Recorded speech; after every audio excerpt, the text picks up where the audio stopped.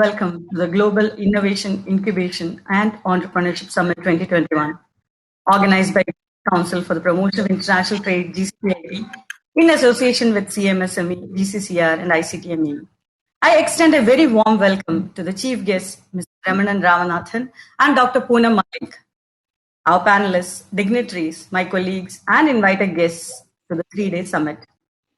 The willingness and ability to innovate has become a critical prerequisite for staying internationally competitive. Incubators and accelerators nurture the talent and ventures that form the backbone of knowledge-driven economies of 21st century.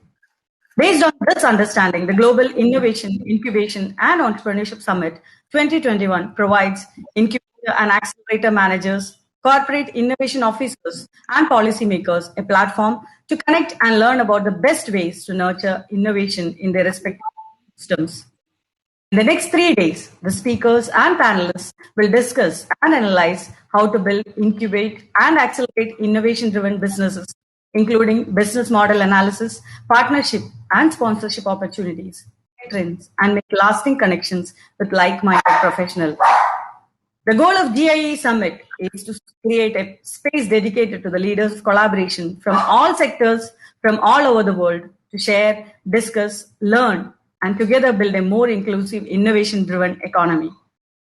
The event is dedicated to bring new trends in the areas of innovation, incubation, and entrepreneurship to the global co-creation movement, and thus prepare the co-innovation sector for the new challenges that we already are facing and will continue facing in the coming years. Global Council for the Promotion of International Trade was formed to implement relevant national development strategies and promote foreign trade, bilateral investment, and economic and technological cooperation. GCPIT establishes wide connections with relevant international organizations, trade and investment promotion agencies, commercial associations, and business circles to organize various forms of communication and cooperation for promotion of world economic prosperity and improvement of the well-being of all mankind. GIIES is the brainchild of Mr. Santosh Ganesh, the Global Chairman and the Founder Director of Confederation of Indian Micro, Small and Medium Enterprises, International Council of Technology Management and Applied Engineering, ICTME, Global Council for the Promotion of International Trade, GCPIT, and Global Council for Cluster Excellence and Research, GCCER. The vision of this organization is to be the global leader in SME support. To make this vision a reality, a group of dynamic people across the globe have come together and made this Global Innovation, Incubation and Entrepreneurship Summit 2021 a reality. Let me introduce our first speaker. She is a thought leader in pioneering technology, passionate about humanity, technology, economics, and dance. She is an AI ethics mentor and driver of Africa's artificial intelligence potential. She aims to create meaningful, innovative solutions to help shape the African continent, and she's a huge supporter of technology for good in underdeveloped countries. Let me invite the Director General of GCPIT Africa Continent, Ms. Lavina Ramkissoon, to give the opening remarks. Wow. Thank you so much, Aparna. Yeah, that's a lot of words said, and I think I kind of resonate a lot with what has already been told. I guess to kick it off, let's talk about our world and our history, and how it has always been and always will be shaped through our impactful events. This gentle reminder, which the pandemic has left, definitely makes its mark upon us and humanity. History has repeatedly shown that crisis drives innovation. The COVID pandemic has definitely altered the way that we live. And there is no doubt that we will find our world has changed in fundamental ways once the threat recedes. As we see the aftermath of its impact continuing to unfold, we see the innovation for people working together in a symphonic manner, probably more so than ever before. However, in the duality of this journey, we are seeing the innovation is being tested. Ecosystems are being challenged. Collaboration is happening like never before.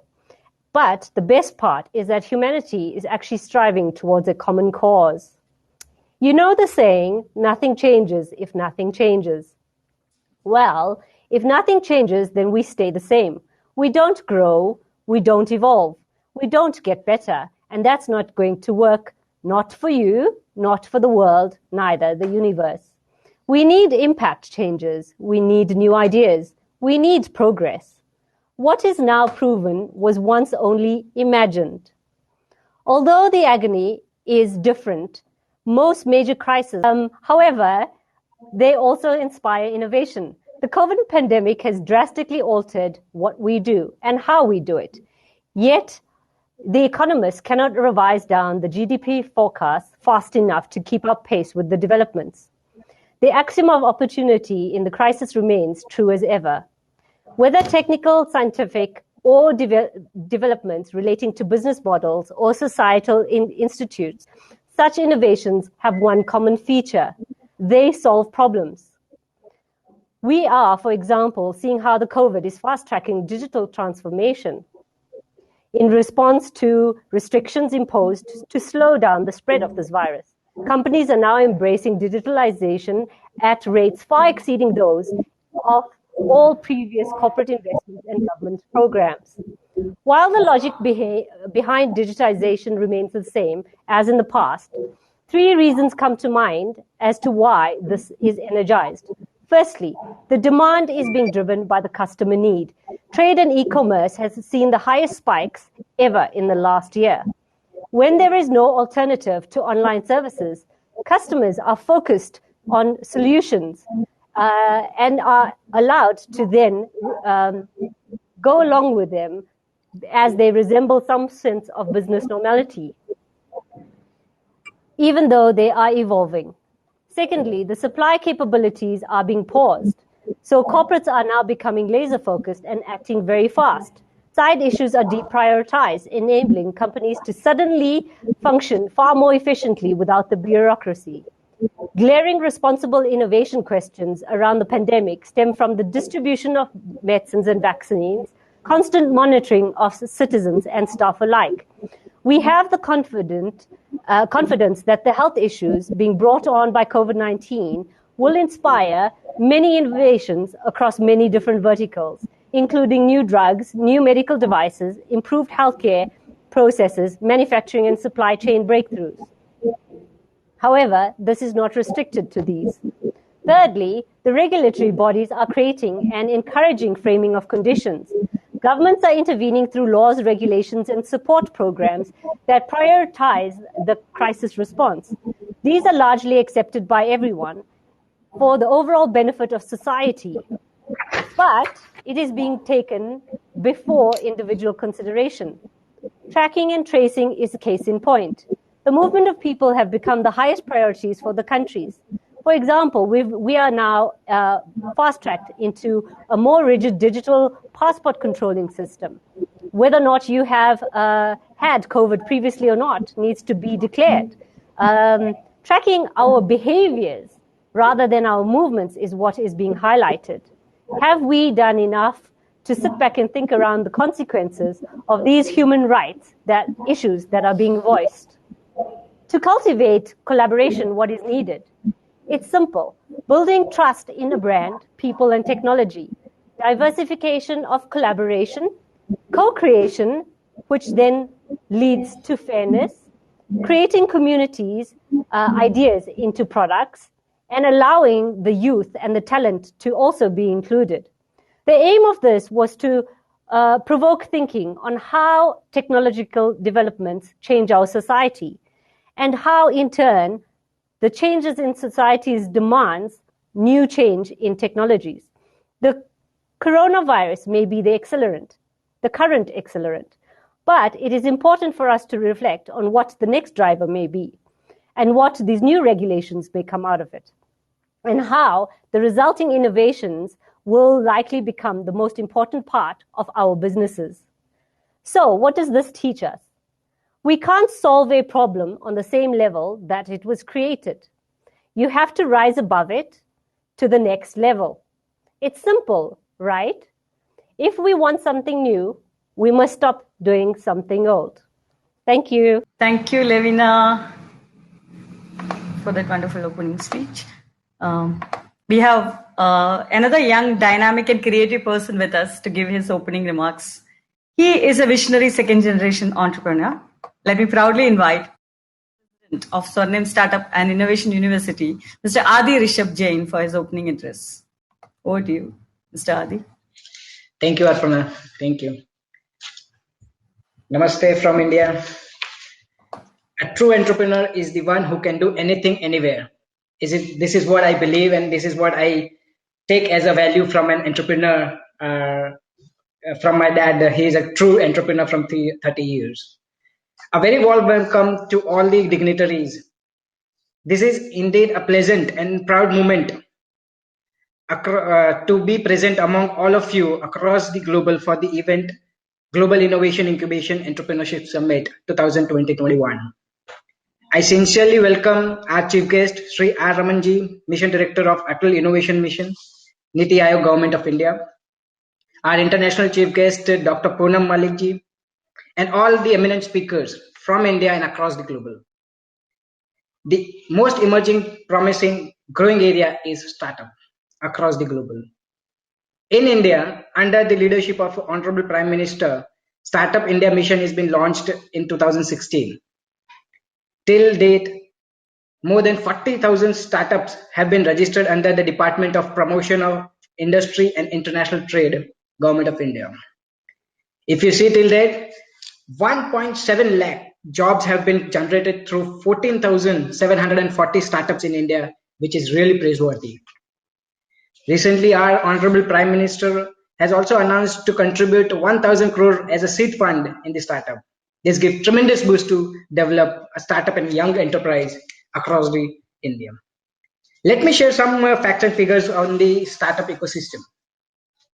In India, Gujarat has been emerged as the best performer in the developing startup ecosystem for budding entrepreneurship, according to the ranking of state and union territory by the Department of Promotion of Industry and International Trade, Government of India. Recently, according to the Global Startup Ecosystem Report 2020, the top emerging ecosystem in the world are from Mumbai, Jakarta, Zurich, Barcelona, Madrid, Philadelphia, Liverpool, Research Triangle.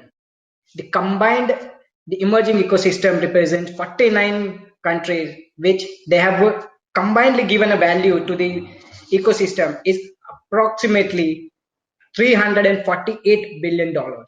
This is huge. This is clearly huge. And among these, Europe is the leading continent of emerging ecosystem with 38 cities in the list, and North America with 32 startup ecosystem. Asia Pacific is at the third with 22 ecosystem. Global Council for the Promotion and International Trade is a company based out of India, South Africa, with the board and council member represented across the state. And as briefed before by the Aparna, the goal of this GIIE Summit is to create a space dedicated to the leadership, to collaboration from all sectors, from all our world, to share, discuss, learn, and together build more inclusive, innovation-driven economy. I'm very confident that this 3 days event will serve the core objective of engaging and involving like-minded youth in the startup ecosystem.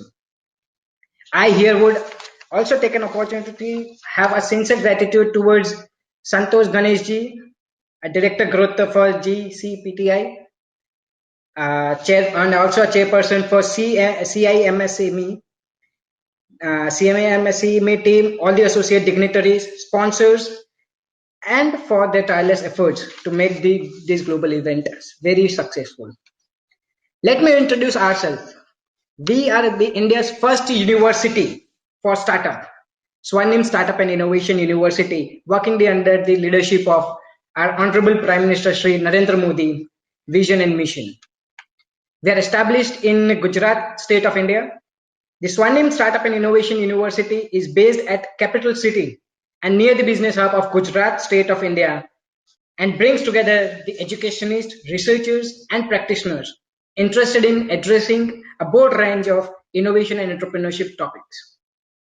We Swarnim always encourage the unconventional innovation and ideas and transform them into enterprise that uplift the society and the betterment of the humankind. Under the vision and mission of our Honorable Prime Minister Shri Narendra Modi, on the Startup and Stand Up India, Swarnim Startup and Innovation University was established in 2017. We offer innovation and startup and entrepreneurship program to conventional education and technical know-how under the vision of our founder, Sri Rishabh Jain, and co-founder, Sri Vivek Anandabaroy. The university aims to nurture and develop successful startups in the various fields like technology, design, pharmacy, health science, business, and management, and many more. We at the university are offering more than 60 degrees from diploma to PhD, and nearly more than 2,500 students are right now studying, and 3,000 students have been passed out. The Swarnim University has been ranked among top 50 university under Atal ranking of institution on innovation and achievement 2020 announced by the Vice President of our India. We were also awarded as a best university for the year 2019 for entrepreneurship development and education in India. We were also the best innovation university at the National Startup Summit 2017 from Gujarat. So under the vision of our Honorable President Sri Rishabh Jain, the university has established an incubation center, Swarnim's Incubation Center, which is also recognized as a nodal center from Gujarat government. And we have also received $10 million grant under the SSIP Education Department, Government of Gujarat. Till today, we have 28 projects been registered for prototype, 19 patents have been filed and published, $10,000 have been only allotted for the patent, while more than 42 ideas are still under the pipeline. And these figures I'm talking about only in Corona, as before said by our opening statement by one of the speakers, that Corona has given so much effect and the change is never constant. So this is the figure that the university have established in the pandemic, Corona pandemic. The university have also signed more than 65 MOUs with the industries, including national and international, within this pandemic, where we have tried to bring up and come up together all the companies and the industries and the academicians across the world to come together in this pandemic and work towards the startup and ecosystem. One of the most unique and the need of our initiative has been Mind to Market Toy Innovation Challenge, with the coordination with the Association of IHAB Government of Gujarat and CIMSME and All India Toy Manufacturer Association. We have started this initiative. So from the Swarnim University and on behalf of all GCPIT into this, I welcome all the budding technocrats, entrepreneurs, innovators to join with us together and be the witness to contribute tremendous growth in the startup area. Thank you once again to everyone for this successful event and calling up on here.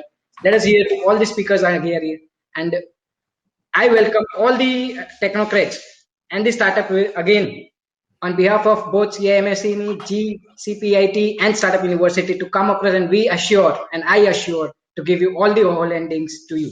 Thank you so much. Thank you once again. Thank you. Thank you, Mr. Adi, for your inspiring talk. Now it's time to listen to our chief guest.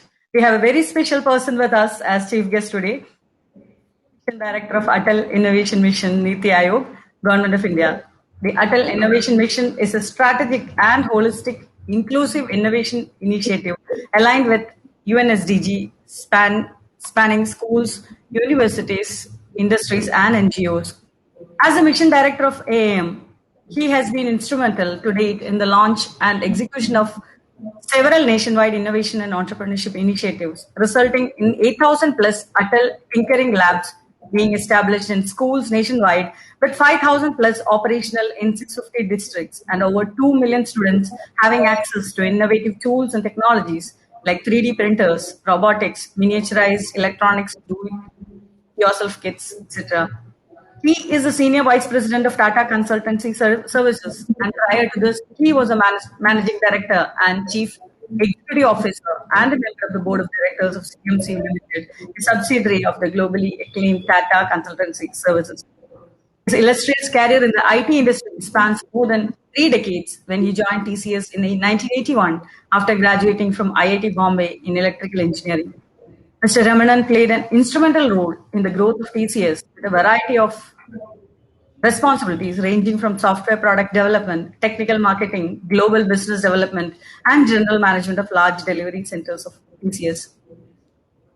Ramanan led CMC's rapid transformation from a domestic government organization to a global IT systems engineering and integration organization.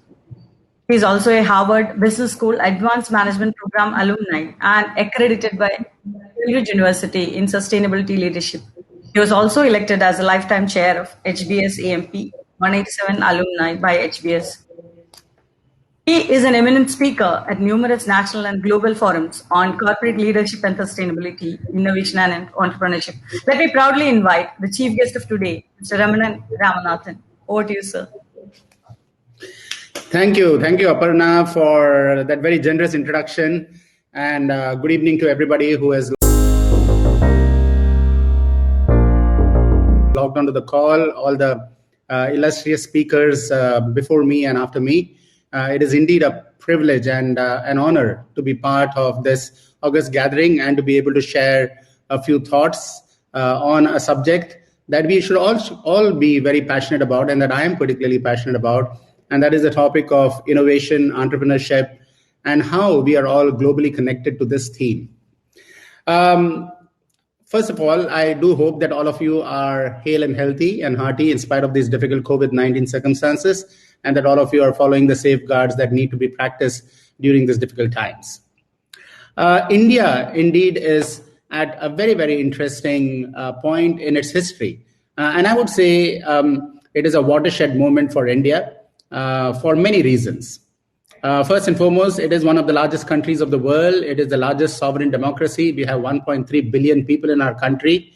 But more importantly, it is a country which has what they call as a demographic dividend, a big advantage that many other countries don't have. We are among the youngest countries of the world. We will continue to remain among the youngest countries of the world for the next 30 years. More than 65% of our population is under 35 years old. And so we have what they call as a demographic dividend, a youthful, energetic workforce capability that no other country possesses. But how do we ensure that this youthful energy is harnessed and is channelized to create great impact, not only at a national level, but at a global level? That is very important. And when we think of such a point, and when we think of the fact that we have 1.4 million schools, we have more than 10,500 engineering and related institutions, we have 39,000 colleges, we have more than 150 to 200 million young students who are going to be entering into the workplace over the next 5 to 10 years, it is indeed imperative, it is mandatory that India empowers these young students, this energetic workforce, with the tools, with the technologies, with the capabilities, with the methodologies to become the job creators of the future. Indeed, if India does not do that, the 1.3 billion people whose hopes are based upon the rising dreams and the ability to achieve the dreams of these young potential entrepreneurs and innovators will be left behind. And India has several challenges. So the need for innovation, the need for entrepreneurship, the need for emerging skills has never been as important as it is now. Indeed, as I mentioned, we have many challenges, like we have 22% of our country still below the poverty line. 44% of our country is agri-economy based. We have 715 districts in our country, out of which 115 of them are aspirational districts. And they are at the bottom of the pyramid in terms of basic access to healthcare, education, clean drinking water, clean sanitation, waste management, affordable housing, and so on. We have more than 4,000 small towns and cities in our country. We have 600,000 plus villages.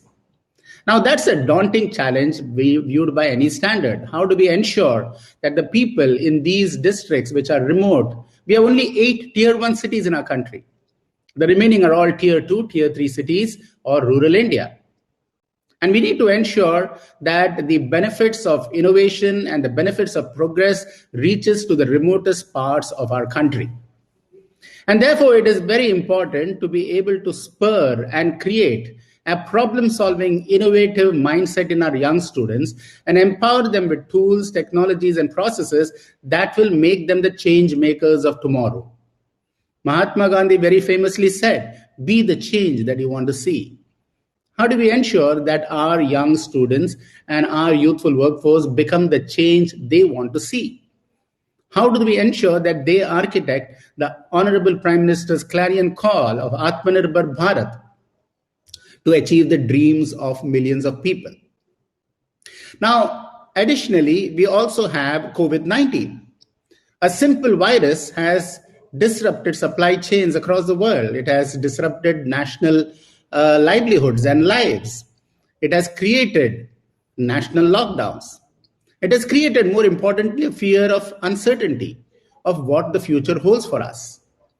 What about the other global pandemics that are there in the horizon and lurking in the horizon?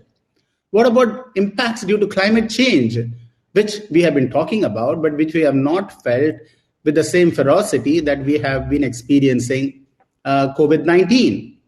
How do we live in a post-COVID-19 world where organizations and countries can be gripped with nationalistic fervors and which can further disrupt supply chains? So these are important challenges that we have. But at the same time, this is also a time of great hope.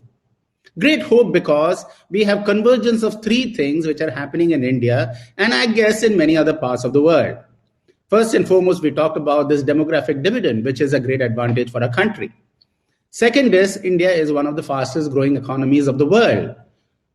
Barring the COVID-19 crisis, we have been growing at 6 to 8% every year. Now that is something that is very important if you want to sustain and you want to create a vibrant ecosystem of innovation and entrepreneurship. Unless you have a fast growing economy, you won't be able to do that. And third is, and this is the most important factor, we have technology which is becoming affordable, accessible, available, and advanced. Technology which is changing the way you are experiencing the world, changing the way the world is experiencing you. 3D printing is changing the way design, development, conceptualization, and manufacture of a product can happen right in front of your eyes. Robotics is driving the next level of productivity and automation. You have cloud services, which is enabling you digital reach from any point to any other point. So a seller of a product from Salem can hope to market his product to Seattle. Somebody from Sikkim can market it to San Francisco because of the digital reach. You are having Internet of Things, which is getting integrated into man, machine, device, soil, space. Every element will have, every innovation is going to have all of these elements interwoven to create great impact. And that is why when we talk about artificial intelligence today, it makes a lot of sense. 15 years ago or 20 years ago, or even when I was in school, we used to talk about artificial intelligence. But it never made any much sense at that time because we did not have this tremendous convergence of computing, advanced communications, and advanced sensor technologies and data processing technologies. We didn't have the benefits of big data processing and analytics. We didn't have all of this in order to be able to create true artificial intelligence solutions. But now we have all of that. So with a demographic dividend, with a fast growing economy, with a fast changing technology landscape, we have a unique opportunity in India and across the world to create major impact for the society as well as for the people and from an economic point of view. The previous speakers alluded about the benefits of innovation in their respective countries, in Africa and in India and so on. And India indeed is one of the fastest growing innovative nations of the world. As Adi mentioned just a few minutes ago, we have more than 40,000 startups. We have more than 34 unicorns. And what has been most surprising is in the last year, in a COVID-19 year, we have had the birth of 11 unicorns in India. Now, that is a very amazing growth for a country of our size. And it is also very important because this is what is going to define the future of our country. Now, what are we doing about it at Atal Innovation Mission? In order to capture this demographic dividend and ensure that they work for the benefit of society and for the country, we have launched several initiatives. At a school level, we have launched what are known as Atal Tinkering Labs.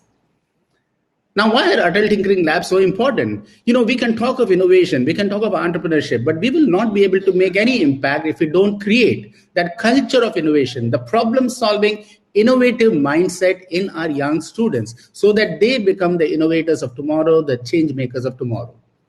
And so it is with this intention that we have launched over 10,000 Atal Tinkering Labs across the country, spanning the 750 districts. 70% of our Atal Tinkering Labs are in government and government-aided schools. 70% of them are in girls and co-ed schools. We are ensuring that these labs will have access to 3D printing, robotics, IoT, miniaturized electronics, augmented virtual reality through do-it-yourself kits that will enable the young children to acquire a problem-solving, innovative mindset by tinkering with these technologies, by playing with them in an atmosphere of fun and learning, without the pressure of getting marks, without the pressure of rote learning, without the pressure of having to prove themselves to their teachers or to anybody else. The joy of creativity and innovation has to be instilled in the young mind at a very early age.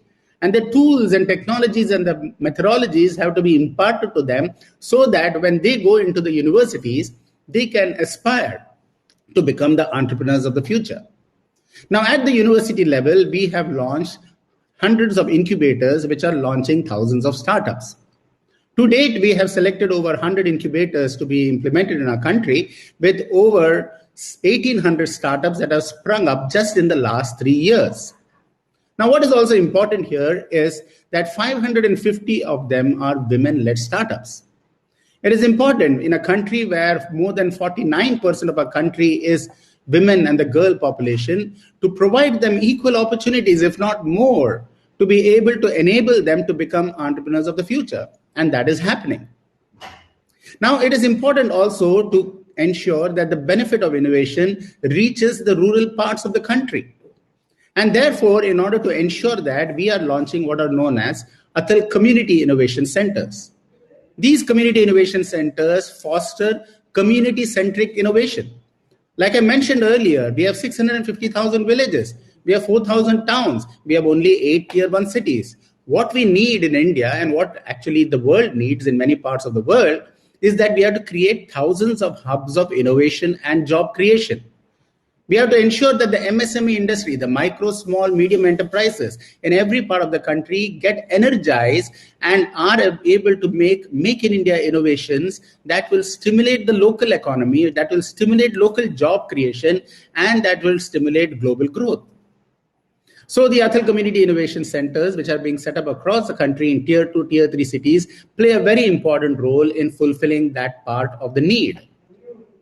The fourth thing that we are doing is we have launched what are known as Atal New India Challenges.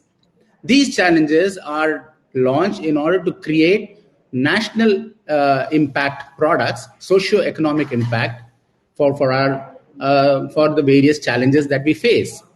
And we do this in conjunction with ministries and with the entire industry. We need challenges that are relevant for our country, and we need to stimulate products to be developed or services to be developed in order to meet those needs. And all of this can only succeed when we are engaging the various stakeholders, academia, government, local industry, and civil society in the entire act. Innovation cannot succeed by just a few sporadic attempts here and there. It has to have a number of partners. All are equal stakeholders in this innovation bandwagon. We need to ensure that they become vital stakeholders and that they see the importance of emerging skills, innovation, and entrepreneurship becoming part of their mainstream activity. This is why the Honorable Prime Minister's Atmanirbhar Bharat call becomes so relevant. And while it is a call for building a self-reliant India, it is actually also a call to build a country which not only is able to solve its own problems, but is also able to solve problems for the rest of the world. After all, when we solve a problem for 1.3 billion people, we are also solving a problem for 7.8 billion people on this planet. And therefore, the Atmanirbhar Bharat call, which relies on 5 pillars, which are very important, and I'd like to share that with you.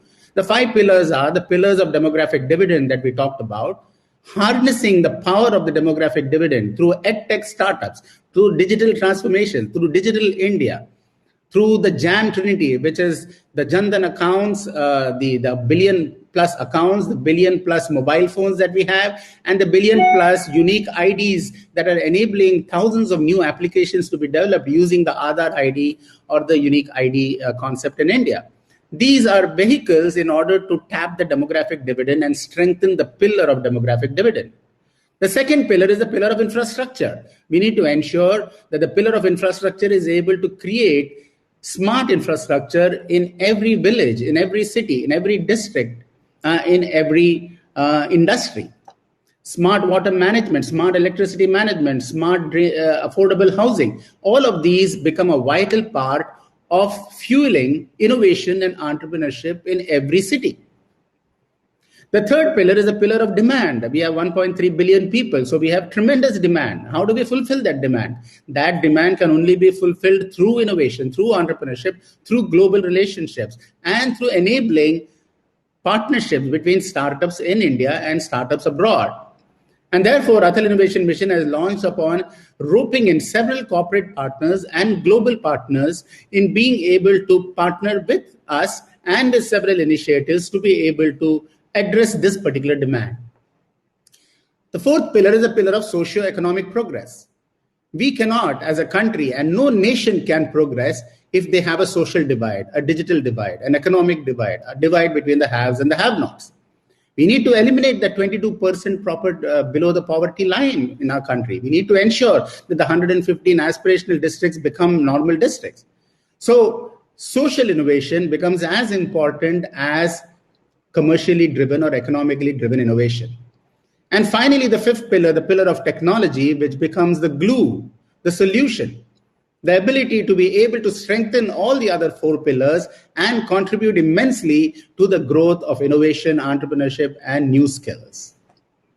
I just want to end with the words of the great Swami Vivekananda, who said, "Arise, awake, and stop not till the goal is reached."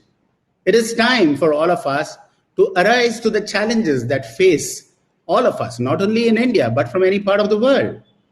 It is important to awaken the innovative talent that is available in every human being, you and me and all the children included. We are all born innovators. Nobody taught us how to stand. Nobody taught us how to talk. We learned on our own, watching the world around us, stood up, fell down, stood up again, fell down again, but innovated every time to be able to start walking, to start running, to start speaking, to start singing. And finally, we need to stop not till the goal of Atmanirbhar Bharat or an Atmanirbhar country is reached. Every country will have to stand up on its own legs and also contribute to the global economy and global society and global climate change and global sustainable development goals. If we just follow the arise, awake, and stop not till our goals are reached, I'm sure we all will be able to achieve the future of our dreams. Thank you so much for giving me an opportunity to share a few thoughts on this particular occasion. Thank you. Thank you so much, sir. That was a great thought to end with. And now let me present before you the international chief guest of the day, Dr. Poonam Malik. She is an academic entrepreneur, research management leader with extensive experience of working in innovation, enterprise, economic development, and partnership with life sciences. She is an active member of Investing Women Angels, Scotland's only all-women angel investor, supporting female entrepreneurs and innovative company founders with investment, mentoring, advisory, and training. She is a strong proponent of diversity and inclusion in boardrooms, advisory. Her interests are strategy, leadership, technology, data-driven innovation, stakeholder engagement, higher education research, and innovation. Let me proudly invite our international chief guest of the day, Dr. Poonam Malik, for her address. Over to you, ma'am.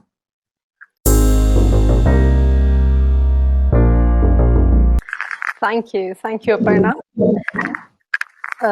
I'm really pleased to be here.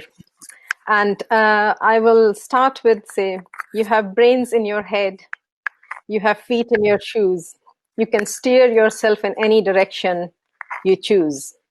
You are on your own, and you know what you know, and you are the one who decide where to go.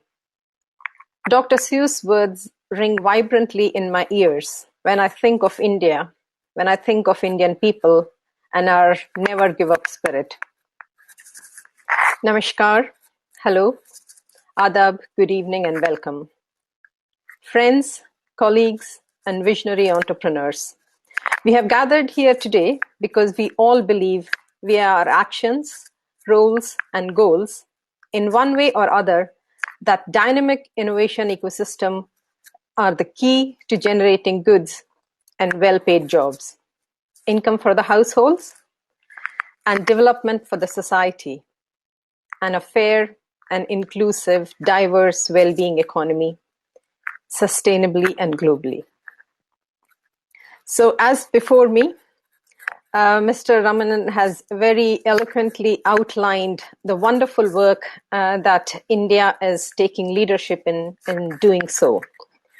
And as I see an Indian-born person who's living abroad, every time I feel very proud of the achievements that we take steps in forward and appears on the leadership role.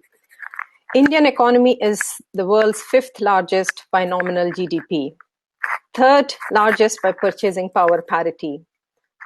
And our Prime Minister's wish is to become a 5 trillion economy by 2024. Just to think about and outline some of the indexes, when I compare India and see how it is placed, India has climbed to rank 63 in World Bank's Ease of Doing Business Index in 2020. A progress and jump of 14 places compared to 2018 among 190 countries. When I look at it in comparison to the UK, where I am now currently living and working, the UK is ranked 8th in the World for Doing Business Index. India is ranked 48th in Global Innovation Index among 131 countries, and it's going in the right direction, position moved up by 4 compared to 2019, so progress there. And again, UK is ranked 4th and 131 economies featured in the Global Innovation Index. In the Global Entrepreneurial Index, India is ranked 68th against 137 countries. And I will just draw again the similar comparison. UK is ranked 8th against 137 countries. To outline some of the positives again, which Mr. Ramanan outlined very beautifully, and I was mightily impressed with the progress despite COVID challenges and large population and other outputs we are doing it. India has a vibrant startup ecosystem, as previous speakers outlined as well. It has 6 of the top 100 most entrepreneurial cities in the world. And I can see and feel proud. India's fast rise on the global stage is being driven by its favorable demographic, as Mr. Ramanan said, demographic dividend, which is going to pay beautifully in future. An emerging middle class spending and buying power, which is drawing all the big multinational and corporates towards India. A dynamic entrepreneurial culture, an example of which we are sitting here, Santosh's ambition to do something in this, and by hosting this summit and many other events that I have participated in, and all the innovation and other entrepreneurial events that are being organized by the state and the government agencies. Rapid technological advances. Since late 90s, our technological advances made Silicon Valley, and now all that is back in India. All those technological leaders are formulating companies in India, and global multinationals are coming.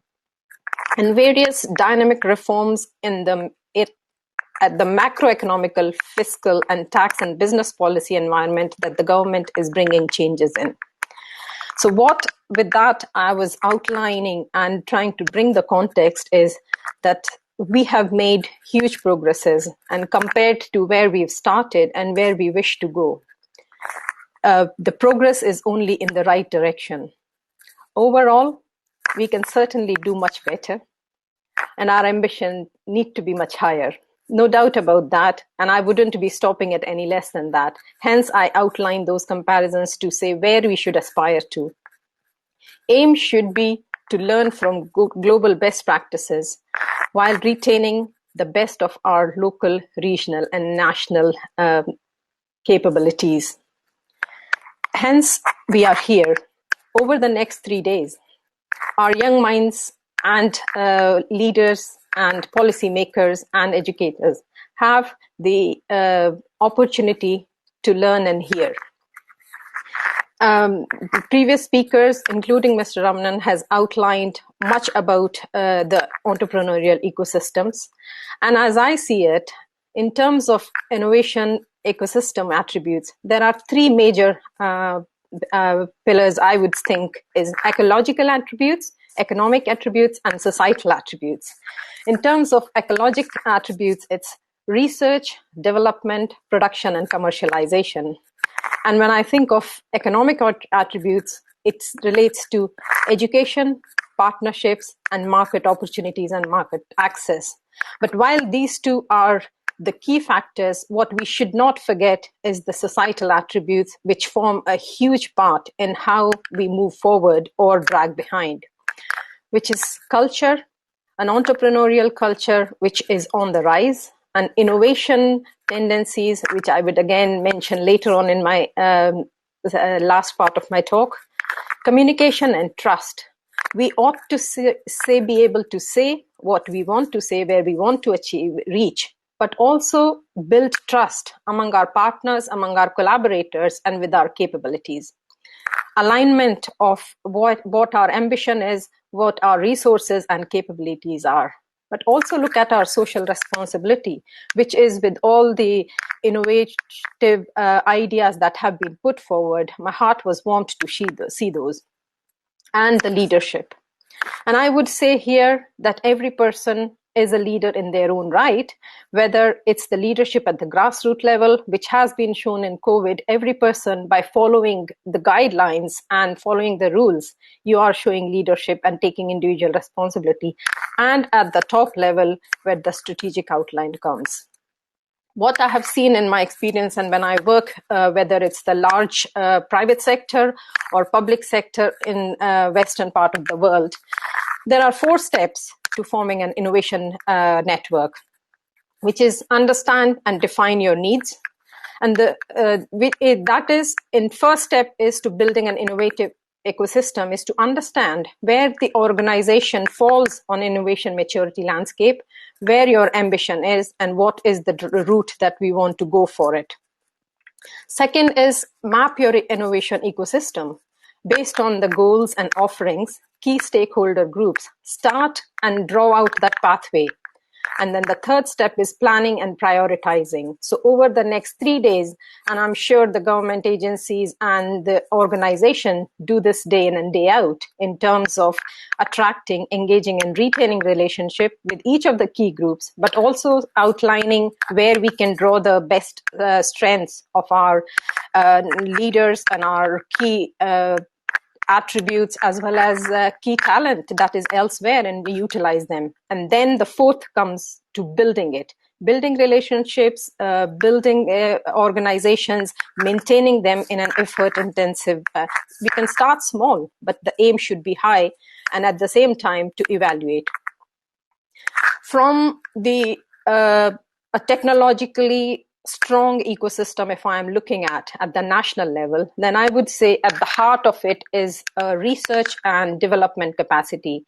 Without producing new research and developmental capacity, we cannot go further just with the idea. So at the heart of it is a research-intensive organization, research-intensive university, and we have plenty of that capability. The talent is there in India. And at the same time, the other vocational and technical colleges, where there is ability to that enterprise, to bridge between the needs of the industry, the needs of the SMEs and smaller organization to translate that knowledge that is generated in the technology. Then we need investors who have the deeper pockets, whether they are the corporates or the private investor, to take that idea to market. And then comes the industry market, spin-out companies, SMEs, multinationals. And the last strength is needed from the state, which in terms, I'm meaning here, the government and the government agencies, which do provide that might, which leverage the public money to bring investors of the private side so that they can put their hand in the deeper pockets. And by leveraging and government money, the risk is reduced, but their drive to invest in is strong. And at the heart of a strong innovation ecosystem is a research and innovation strategy, which should be industry focused. We should analyze our strengths and our challenges inwardly, but we should also have an outlook to what is industry requirement, because a research is only applicable when it is applied translationally to solve the real problems. So a true industry-facing research and innovation strategy, and then that's where our scientific and industrial organizations need to collaborate together to tackle those bigger challenges that have been discussed and faced today. And at the heart of this innovation and research strategy should be collaboration, partnerships, getting access of expertise, but at the same time, investment in the right direction and constant evaluation. How much are we meeting the demands of the challenges, what we have set out, but what is the pathway to go there? How much progress are we making? And those, besides the quantitative numbers of companies created, technology evaluated, deals formed, funding secured, it should also be qualitative. It should be assessing how much entrepreneurial culture is embedded within the research organizations. How much are students, the people who start? Being a product of India, I know what talent is there and what people are capable of given the right direction. Driving that talent from the early stages in the direction that we need and desire to, it can do wonders for Indian population. Imagine that sheer mass if driven in the right direction. With so limited resources, our people are able to do so much. With the right resources, where can we reach and what can we achieve? As a result, our measure of success should be both qualitative and quantitative, where we try to change that culture both from within and aspire to reach the top. So in terms of key lessons, I would say alignment is necessary throughout the system. Excellence with the scholarly outputs, because technological innovation is key, but driving it towards the real world challenges. A team-based approach, nobody has reached where they have reached alone. As it's being said, that if you want to reach faster, walk alone, but if you want to reach longer and sustainable, then walk together, and which is what we are saying. And one of the key things that I have learned by working with multiple sectors and multiple organizations is that innovation happens in an interdisciplinary environment. Innovation always happens at the periphery. So we shouldn't look just inward and try to keep sectors separately. We should breakthrough ideas always come at the boundaries of different time points. So what we need to do is analyze, create an environment where people from different walks of life come together. And as Mr. Ramanan was saying, this is where arts and humanities and design and robotics and digital challenges with the true solutions of science and technology that has driven can actually do wonders for it. And the final main point of this message is that leadership, both within organizations, at the state level, investment from the government agencies, but we have had major big investments, and now multinationals and Googles and Facebooks have started taking interest in India. They are looking, because of the sheer power of Indian might of the size, they are looking there and they're beginning to come and bring their deep pockets there. And that is where we should try and maintain that, build that momentum. So, and I'm sure with that, we will reach where desired direction is. When I look back and think about it, as Thomas Edison said, I have not failed. I have just found 10,000 ways that something doesn't work. And as Robert Kennedy said, only those who dare to fail greatly can ever achieve greatly. So we shouldn't worry about failure. We shouldn't worry about where we have been. What we should look to is move forward, learning from each failure. And in my view, those that haven't failed yet have learned nothing. So we all have the same motivation, desire to learn from and tested and tried innovation methods, entrepreneurial, dynamic, successful ecosystem practices around the world. And that is why we are here. That is why the summit is there over the 3 days. So my plea today is make the most of it. Listen deeply. Discuss curiously. Be flexible and be ready to change. Modify and adopt to grow. Expand your networks. Meet collaborators. Form valuable, trusting partnerships. Discuss market opportunities and invest in good people with high quality expertise. As Mr. Ramanan and speakers before said, coronavirus pandemic has shaken the world acutely and shown us that money is nothing to save life. If we do not have the resilience built into the system with good health practices and policies ingrained at the grassroots level, as well as responsible, positive leadership at the top, the death toll can be massive and as huge as we have seen in some of the biggest countries. And another chronic challenge of the climate change that has been knocking at our doors for a very long time. So we do not change practices. If we don't, we would endanger the existence of humanity for this very planet we live on by making it inhospitable to rising challenges. So here's my challenge to you as young, curious minds, motivated entrepreneurs, talented researchers. Corporates looking at a very large market with increasing spending capacity. You use your power as the next big upcoming thing in the world well. Use your skill set, knowledge, and talent base to best advantage. Combine available resources, channel them onto the biggest real world problems that our society faces today. Or look at the forward picture, 20 years down the line, what will be the challenge and what can be solved today? And you will come up with the innovative entrepreneurial solutions to climate emergency, to renewable energy, global health problems, educational systems, food shortages, fintech, and space. The India I grew up, Madhya Pradesh, Uttar Pradesh, and Delhi, that I knew and as a child, had an entrepreneurial jugaad solution for every problem that came my way. So my plea is today, use that same spirit of problem-solving innovation, but with a difference. My plea is that invest in technology, develop in-house technology, own it, value it, and protect it well, and then sell it and license it to the world. That is when we can really carve our niche. With that vision, support from organizations like Niti Aayog, CSIR, DST, DBT, and Atal Mission, that day is not far where we will justify and prove our status as the next big power at the global stage.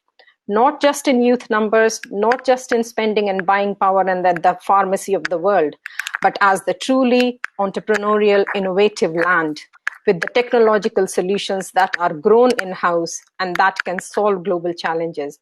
And world will come knocking with respect to collaborate, invest, and share into those ideas. And as Mr. Ramanan outlined, India's advance in digital solution with e-commerce capabilities, opportunities are available. World is your oysters. Real leaders are forged in crises, and we have shown we have done immensely better. Leaders are those who walk towards a problem with the aim to solve it, while others back away from it. So each and every Indian, be a true leader, spread your wings and fly. Jai Bharat, God bless, Dhanyavad, Shukriya, and thank you. Thank you. Thank you so much, Dr. Poonam, for your inspiring words. Now we'll take a short break and come back for a power-packed panel discussion on how to build successful